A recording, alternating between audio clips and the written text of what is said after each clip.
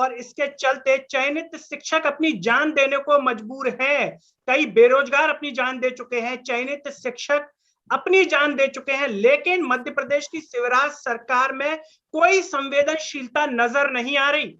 ऐसा लग रहा है कि इन्हें अपनी नियुक्तियां प्राप्त करने के लिए कई बलियां देनी होंगी और मध्य प्रदेश की शिवराज सरकार शायद बलि जो है चयनित शिक्षकों से मांग रही है।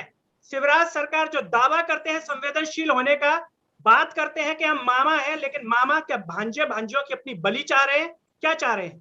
इस पर चर्चा करने के लिए मेरे साथ जुड़ रहे हैं उमरिया से सुनील चतुर्वेदी, जो कि खुद एक चयनित शिक्षक है। अभी हाल ही में जिस चयनित शिक्षक ने अपनी जान दे दी, डिप्रेशन में आकर के जहर खा लिया, उनके बेटे ने जहर खा लिया।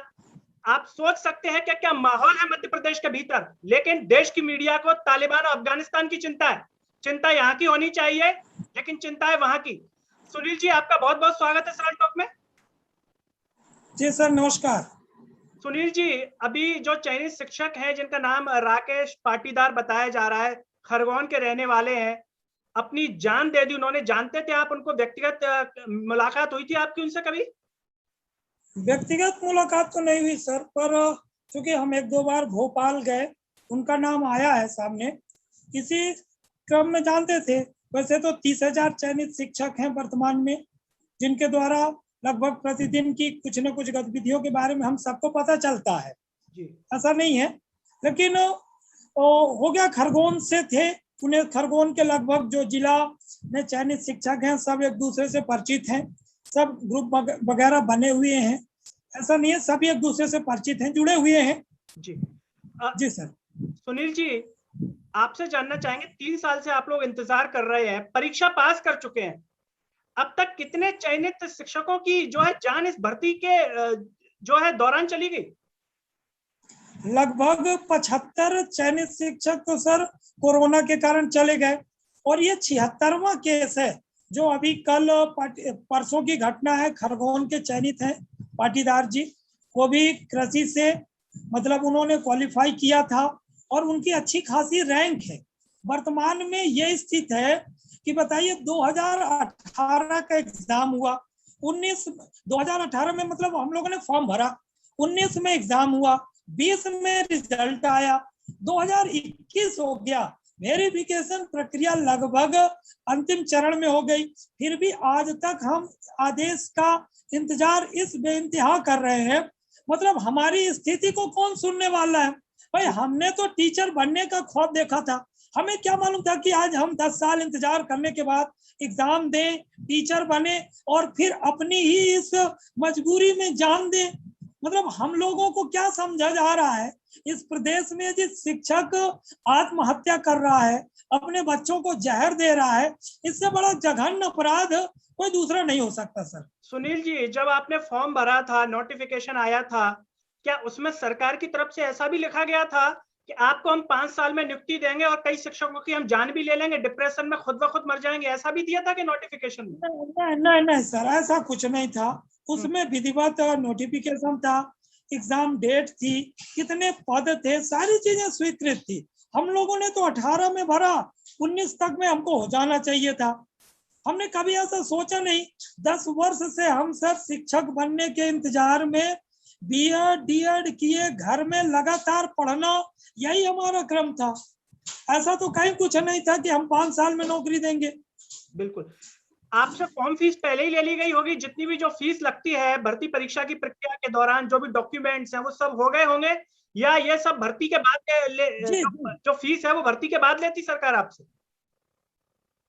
नहीं, पहले ही जो भी फॉर्म फिलअप था, जो भी होता है फीस वगैरह ऑनलाइन हो तो शुरू में, तभी तो आपका फॉर्म सेलेक्ट होगा, और यदि फीस नहीं दे तो रिजेक्ट। आने के आपसे फीस पहले ले ली, सब कुछ पहले कर लिया, लेकिन भर्ती समय पर नहीं दी, जबकि आप फीस अपनी समय पर भर चुके हैं। जी जी जी, वो तो शुरू में ही होता है सर। यदि हम फीस नहीं देंगे तो फॉर्म रिजेक्ट हो जाएगा हमारा। जी, मतलब हमें फॉर्म मैंने ये सवाल इसलिए पूछा आपसे कि जब सरकार सब चीजें आपसे समय पर ले रही है, तो सरकार को भी समय पर भर्ती देनी चाहिए। ऐसा तो है नहीं कि सरकार आपसे जो परीक्षा फीस है वो 4 साल बाद मांग रही है कि पहले परीक्षा पास कर रहे सारे बच्चे, हम बाद में मांगेंगे, जो चयनित हो जाएंगे उनसे केवल, हम किसी से फीस ही नहीं लेंगे। ऐसा तो है नहीं। नहीं सर, अक्सर चुनाव के समय ही निकाला जाता है, लेकिन हमारे जो मामा जी हैं परमादरणीय, हमारे सबके लिए सम्मानित मामा जी हैं, हमको ऐसा उम्मीद नहीं था कि हम फॉर्म फिलअप करने के बाद हमें इतने दिन का इंतजार करना होगा। आज बताइए, इतनी मुफलिसी में अपन जीवन जी रहे हैं सर। अब हमारे बच्चे भी बड़े बड़े हो गए, आपको भी हमारी उम्र से अंदाजा लगाया जा सकता है। बच्चे बड़े बड़े हो गए, उनकी कैसे व्यवस्था करें, कहाँ पढ़ाएं उनको, न तो कुछ व्यवस्था कर सकते। हम यहाँ रह रहे हैं, सारी चीज खरीदना होता है, रूम भाड़ा लेकर हमने पढ़ाई की। बिल्कुल सुनील जी, राकेश जी ने जो घटना हुई है, राकेश जी की जो जान चली गई डिप्रेशन की वजह से, उन्होंने एक कदम उठा लिया। हम समझ सकते हैं कि क्या बीतती है जब किसी के पास रोजगार ना हो, चयनित होकर के बैठा हो। ऐसे में क्या सरकार की तरफ से इस पर कोई प्रतिक्रिया आई, कुछ कहा गया कि हम कुछ मुआवजा देंगे जो भी चयनित शिक्षकों की जान गई है, या हमें उनसे संवेदना है, या सरकार ने कहा हो कि इस प्रकार का कदम मत उठाइए, हम जल्द से जल्द आपको नियुक्ति दे रहे हैं, ये कहा सरकार ने? नहीं सर, किसी तरीके का किसी भी प्रकार से, न तो ट्विटर पे न न्यूज़पेपर के माध्यम से कुछ भी ऐसा आश्वासन अभी तक हम लोगों को प्राप्त नहीं हुआ है। जबकि हम चाहते हैं भाई ठीक है, आप करिए, जब करना हो आप एक विधिवत हमारा पोर्टल अपडेट करें, हमें नियत तिथि दें कब हमारी ज्वाइनिंग होगी, हम बेइंतहा इंतजार कर सकते हैं। लेकिन सर ऐसा नहीं कि हम इंतजार करें और घड़ी कब पूरी हो इसका किसी को मालूम नहीं, और ना ही सरकार ने कोई संवेदना व्यक्त की। मतलब ये तो जघन्य अपराध है कि प्रदेश में एक चयनित शिक्षक को जो पढ़ा लिखा क्वालिफाइड मेरिट हासिल किया हो, आज वो यदि ऐसा कदम उठा रहा है, मतलब हम ये कह सकते हैं कि प्रदेश में शिक्षकों की स्थिति अच्छी नहीं है। बिल्कुल, हम क्या उम्मीद लेके रहेंगे जीवन में, क्या शिक्षा देंगे? बिल्कुल सुनील जी, क्या ये व्यवहार सिर्फ पुरुष शिक्षकों के साथ है, महिला शिक्षकों के साथ नहीं? क्योंकि शायद सरकार बेटी बचाओ बेटी पढ़ाओ के बहुत जोर देती है कि बेटियों की हमें ज्यादा चिंता है, तो ये समस्या क्या सिर्फ पुरुष वर्ग के साथ है, महिला वर्ग के साथ भी है? नहीं, सबके साथ है सर। अभी देखिए भोपाल में जो कार्यक्रम हुआ रक्षाबंधन के उपलक्ष्य पे, महिलाएं राखियां लेकर गई, थाल सजा कर लेकर गई, फूल मिठाई टीका रोड़ी सब लेकर गई, लेकिन उनके साथ क्या हुआ? कुछ नहीं, FIR के अलावा नहीं। ठीक है, हम कहते हैं मामा जी हैं, मामा जी हमारी संवेदनाओं को समझिए। शिक्षा मंत्री माननीय परमार जी कभी कुछ भी बयान दे देना, ठीक है, आप हमें एक नियत तिथि बता दीजिए, नियत डेट बता दीजिए, हमें कब क्या करना है। हम सारी सुविधाओं के साथ आपके साथ हैं, हम आपकी सुविधाओं के साथ हैं, आपके साथ है, हमेशा रहेंगे, आपसे हमें उम्मीद है।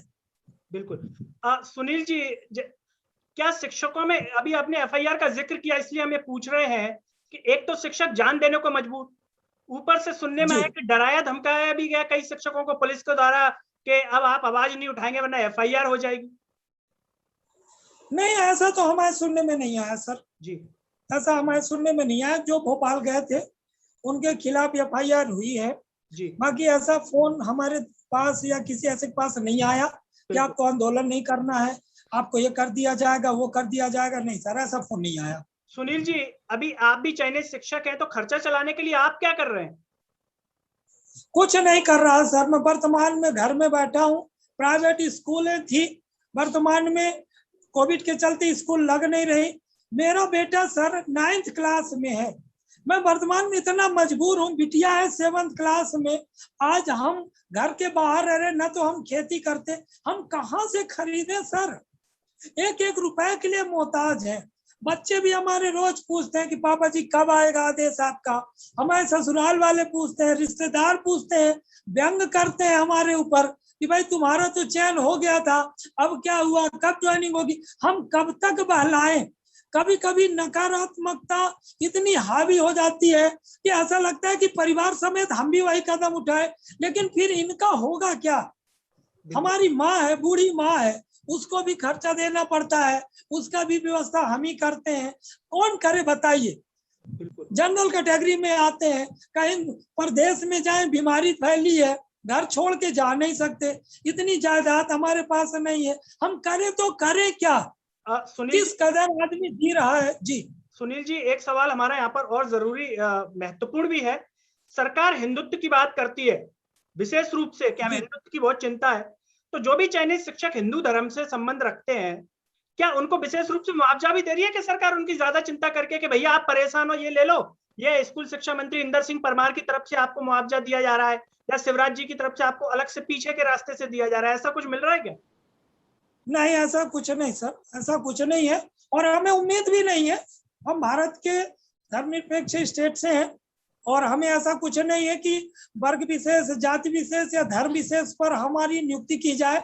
नहीं, जिस प्रकार एक शिक्षक का दायित्व होता है, प्रदेश का होता है, मुखिया के द्वारा किया जाए, उनके लिए सब बराबर है, बशर्ते हमारी नियुक्ति जल्दी की जाए। कब तक हम इस गरीबी का दंश झेलेंगे, कब तक हम इस परिस्थिति में जिएंगे? सुनील जी, हमारा एक सवाल और है कि देश के अंदर प्राथमिकता के साथ अगर मुद्दों की बात की जाए, राष्ट्र मीडिया पर बात की जाए, तो ज्यादातर चर्चा राम मंदिर, धारा 370, तालिबान, अफगानिस्तान। आप 3 साल से माहौल देख रहे हैं, क्या लगता है कि इन मुद्दों पर चर्चा होनी चाहिए और ये मुद्दे गायब भी हो जाने चाहिए? बेरोजगारी, शिक्षक भर्ती पे कोई ऐसी विशेष चर्चा नहीं, कोई विशेष प्रकार का टाइटल नहीं चलेगा बड़ी बड़ी टीवी चैनल्स पर, सिर्फ शांति से धरना दिया, खबर खत्म हो गई। कुछ नहीं सर, सबसे बड़ा मुद्दा जो देश की रीढ़ की हड्डी कहलाता शिक्षक, शिक्षा से है, शिक्षा से समाज है, और समाज ही हमारी शिक्षा का आईना है, हमारा साहित्य ही समाज का आईना है। यदि जिस देश में शिक्षक का सम्मान नहीं होगा, जिस प्रदेश में शिक्षा जैसी चीज को सेकेंडरी में रखा जाएगा, उसका महत्व नहीं होगा, मैं कहता हूँ ठीक है, आप राम मंदिर की चर्चा कीजिए, आप धर्म की चर्चा कीजिए, लेकिन जो सबसे बड़ा मुद्दा है बेरोजगारी का, बेरोजगारी अपने आप में वर्तमान में बहुत बड़ा अभिशाप हो गया है। कई हमारे ऐसे मित्र हैं सर, बेरोजगारी का आलम यह है, ठेला चला रहे, फुल्की लगा रहे, सब्जी का धंधा कर रहे, बाल काटने का धंधा कर रहे, मतलब अब यदि आप उनको ये कह दें कि भाई कुछ ना तो करेगा, वो तो उसका व्यवसाय है। मैं एक शिक्षक हूँ, मैं अंग्रेजी से बीए किया, एमए किया, मैं इंग्लिश में एमफिल हूँ, बीएड हूँ, मैं आज इस मुकाम पे हूँ कि मेरी जरूरत नहीं है सरकार को, मैंने परीक्षा पास किया है। ठीक है, आप स्कूलों में अतिथि के तौर पर व्यवस्था में रखते हैं, पर पहले तो आप उनको मौका दीजिए जिन्होंने प्रदेश स्तर की एग्जाम को क्वालिफाई किया है। आज हम जिस स्कूल में जाएंगे, उस स्कूल के बच्चों को तन्मयता से पढ़ाएंगे, हमारा समाज आगे उठेगा, प्रदेश आगे उठेगा। आज दर दर भटक रहे हैं हम, इतने पढ़े लिखे लोग, आज स्कूलों में देखिए अंग्रेजी विषय का शिक्षक आपको नहीं मिल रहा, और हम चयनित हैं, हमने इतनी अच्छी मेहनत करके अंक लाए हैं, घर में बैठे हैं, कोई हमारी वैल्यू नहीं है। आखिर क्या है? ये मुद्दा प्रदेश में सबसे बड़ा होना चाहिए, इसके अलावा कोई दूसरी चर्चा नहीं होनी चाहिए, और मैं ये चाहता हूं आपके माध्यम से पूरे प्रदेश में हमारी आवाज जाए सर। जी सुनील जी, अभी आपने कहा कि शिक्षा का जो मुद्दा है, शिक्षकों का जो मुद्दा है बेरोजगारी का, वो सेकेंडरी है, दूसरे मुद्दों पर ज्यादा बात होती है, लेकिन सरकार कहती है हम आत्मनिर्भर बनाएंगे देश को। क्या लगता है कि बिना शिक्षकों के देश आत्मनिर्भर बन जाएगा? कभी नहीं हो सकता सर, बिना शिक्षकों के। देखिए अभी गवर्नमेंट ने ऑनलाइन शिक्षा प्रारंभ की थी, कितना लाभ मिला।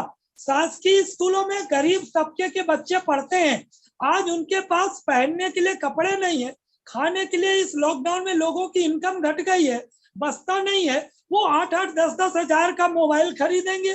क्या वो 600, 700 2 महीने में रिचार्ज होता है वो कराएंगे?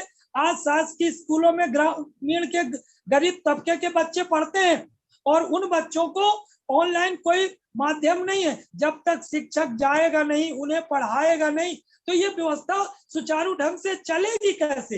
ये हमारा ही दायित्व है। हम इसी दिन का सपना देखे थे, हमने बचपन में टीचर ने पूछा था कि तुम बड़े होकर क्या बनोगे, हमने गर्व से हाथ उठाया था सर कि हम टीचर बनेंगे। आज उन्हीं से जब कभी मुलाकात हो जाती है तो हमारी नजरें शर्म से झुक जाती हैं कि बचपन से हमने शिक्षक बनने का ख्वाब देखा था, और आज सब कुछ हो जाने के बावजूद भी हम ऐसे मुकाम पर हैं, न तो बेरोजगार है और न हमें रोजगार प्राप्त हुआ है। हम घर से भी समस्या झेल रहे हैं, पत्नी की आए दिन ताना सुनते हैं, परिवार का, दोस्तों के बीच का, लेकिन ये कब तक चलेगा सर? क्या सरकार हमारा मतलब अंतिम प्रणाम सुनकर ही मानेगी? क्या चाहती है गवर्नमेंट, क्या चाहते हैं लोग? जी सुनील जी, चलते चलते बस हम आपसे जानना चाहेंगे, क्या आप सरकार से कहेंगे राकेश पाटीदार जी इस दुनिया में नहीं है, अब इंतजार करते करते वो इस दुनिया से चले गए, चयनित शिक्षक की का इंतजार करते करते भर्ती का, नियुक्ति का। क्या सरकार से उम्मीद है, क्या कहेंगे आप उनके लिए, उनके परिवार के लिए? और सरकार आगे ऐसा ना हो, ऐसा क्या सरकार को करना चाहिए? सर, सर्वप्रथम तो उस दिवंगत आत्मा के लिए मैं नमन हूँ। उस परिवार को ईश्वर से ढाढ़स प्राप्त करने की शक्ति प्रदान करे। और मैं यही दोस्तों से कहूंगा कि नहीं, हमारे मामा जी आज भी संवेदनशील हैं, हमें नियुक्ति जरूर मिलेगी। पर अपने मित्रों से, दोस्तों से भी कहना चाहूंगा कि वो इस तरीके का गलत कदम कभी उठाने का प्रयास न करें। उनके पीछे पूरा परिवार छूट जाता है। 2 मिनट के लिए आप ऐसी नकारात्मकता मन में लाएं और कोई गलत कदम उठा ले जिससे पूरा परिवार सदैव आपके न रहने से वंचित होने पर ऐसी पीड़ा झेलता है, उसकी कल्पना नहीं की जा सकती। सर, हमने उन घरों को भी देखा है जिनके घर में गार्जियन नहीं है, बच्चे दर दर की ठोकरें खाते हैं, पत्नी परेशान रहती है, उनकी बूढ़ी माँ उनकी याद में वो भी मौत के गले लग जाती है, क्योंकि जीवन एक दिन का नहीं होता। और मैं मामा जी से विनम्र हाथ जोड़ करके प्रार्थना करता हूँ कि मामा जी हमारी नियुक्ति जल्द से जल्द दें। किसी भी अब नवचयनित साथी का इस तरीके से इंतजार न करवाएं और इस तरीके से उसे इंतजार का मौका न दे। मेरी प्रार्थना है प्रदेश के सभी कैबिनेट मंत्रियों से, शिक्षा मंत्री से और विभाग से। सर, ये लोग हमारा फोन तक नहीं उठाते हैं, हमें सही जानकारी नहीं देते। हम कहते हैं ठीक है, नियुक्ति 2 महीने बाद दीजिए, आज हमें बता तो दीजिए कि नियत तारीख को आपकी नियुक्ति हो जाएगी।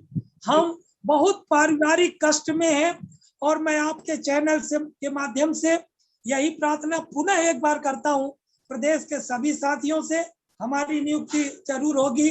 मामा जी हमारे संवेदनशील है और सबका भला होगा। किसी भी प्रकार से अपने साथ, अपने परिवार के साथ अहित न करें। धन्यवाद। दोस्तों, ये थे हमारे साथ उमरिया से चयनित शिक्षक सुनील चतुर्वेदी। उनकी बातों से आपको उनका दर्द झलका होगा कि किस तरीके से वो उम्मीद लगाए बैठे हैं। इतने चयनित शिक्षकों की जान जाने के बाद भी वो धैर्य बनाए हुए हैं, उम्मीद लगाए बैठे हैं कि सरकार शायद अब तो नियुक्ति दे जिससे और चयनित शिक्षक इस प्रकार का गलत कदम न उठाएं। लेकिन मध्य प्रदेश की शिवराज सरकार की संवेदनशीलता की हद ये है कि कई चयनित शिक्षक जान दे चुके हैं, बेरोजगार जान देने को मजबूर हैं, लेकिन सरकार अपने गुणगान में मस्त है, बता रही है कि हमने कितना विकास किया है। विकास दिख रहा होगा पेट्रोल डीजल इन सब का आपको बहुत अच्छे से।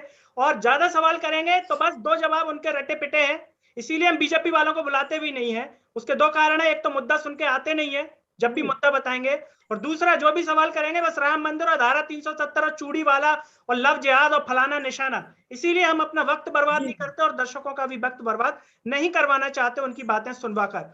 दोस्तों, मेरे साथ फिलहाल इतना ही। चलते चलते सभी से एक ही अपील है कि सरल टॉक की आवाज को सब्सक्राइब कीजिए और इसे सोशल मीडिया के हर प्लेटफॉर्म पर ज्यादा से ज्यादा शेयर कीजिए। साथ ही साथ सरल टॉक के जो फेसबुक पेज है, ट्विटर पेज है, टेलीग्राम, इंस्टाग्राम, वहां पर भी इन वीडियोस को शेयर कीजिए जिससे आपके मुद्दे हर नागरिक के सामने हर प्लेटफॉर्म पर नजर आए और प्रमुखता के साथ ये मुद्दे देश के अंदर, प्रदेश के अंदर उभर करके सामने आए।